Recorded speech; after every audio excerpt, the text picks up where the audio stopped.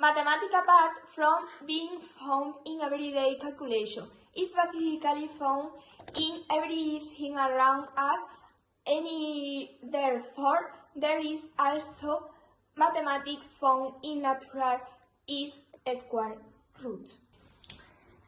The plant grows. When a plant is growing, the branches are directed where there is light to grow healthy. This process follows a mathematical pattern to make sure that everything grows in the best possible way. Also, square roots are not visible to the naked eyes. They are present for growth. Diffusion of particles in liquids or gases. Diffusion phenomena. Empiezo otra vez. Diffusion of particles in liquids or gases.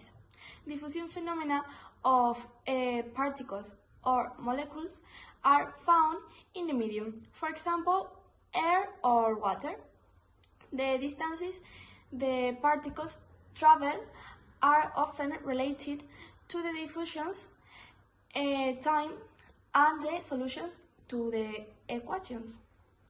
Pattern in natural feature.